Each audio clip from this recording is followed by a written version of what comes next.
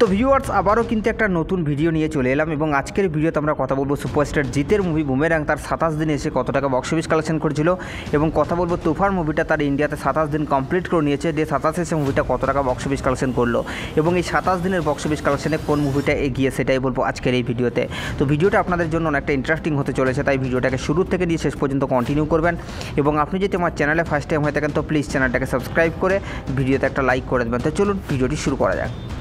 তো guys first আমরা যে মুভিটাকে নিয়ে কথা বলবো সেটা হচ্ছে সুপারস্টার জিতের মুভি বুমেরাংকে নিয়ে। তো গাইস এই মুভিটাকে নিয়ে আপনাদেরকে নতুন করে বলার কিছু নেই, কারণ আপনারা প্রত্যেকেই জানেন যে এই মুভিটাকে নিয়ে দর্শকের মধ্যে কী লেভেলের হাইপ এবং কী লেভেলের ক্রেজ ছিল। কারণ এই মুভিটা সম্পূর্ণ কিন্তু আলাদা, কারণ বাংলা আর 5টা সিনেমার মতো কিন্তু এই সিনেমাটা নয়।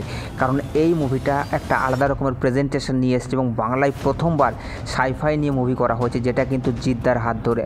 তো গাইস অলরেডি কিন্তু মুভিটার record breaking box office collection করছে, দর্শকের কাছ থেকে ভালো রিভিউ পাচ্ছে, ভালো রিয়াকশান পাচ্ছে এবং প্রত্যেকটা দর্শক কিন্তু হল থেকে বেরিয়ে মুভিটাকে এখনও পর্যন্ত ভালো রিভিউ দিচ্ছে এবং এটাই কিন্তু সেই মুভি যেটাকে বাংলার প্রত্যেকটা ইউটিউব মুভি রিভিউয়ার কিন্তু পজিটিভ রিভিউ দিচ্ছে। তো যাই হোক, এখন আমরা কথা বলবো যে বুমেরাং মুভিটা তার 27 দিনে এসে কত টাকা বক্স অফিস কালেকশন করেছিল। তো গাইস এই মুভিটা তার 27 দিনে এসে বক্স অফিস কালেকশন করেছিল প্রায় 6 লক্ষ টাকার মতো এবং টোটাল 27 দিনে মুভিটা বক্স অফিস কালেকশন করেছিল 7,52,00,000 টাকার মতো। তো গাইস এই মুভিটার বক্স অফিস কালেকশন নিয়ে আপনাদের কি মতামত আপনারা কিন্তু নিচের কমেন্ট বক্সে অবশ্যই জানাবেন, কারণ আপনাদের মতামত জানা আমাদের জন্য অবশ্যই জরুরি।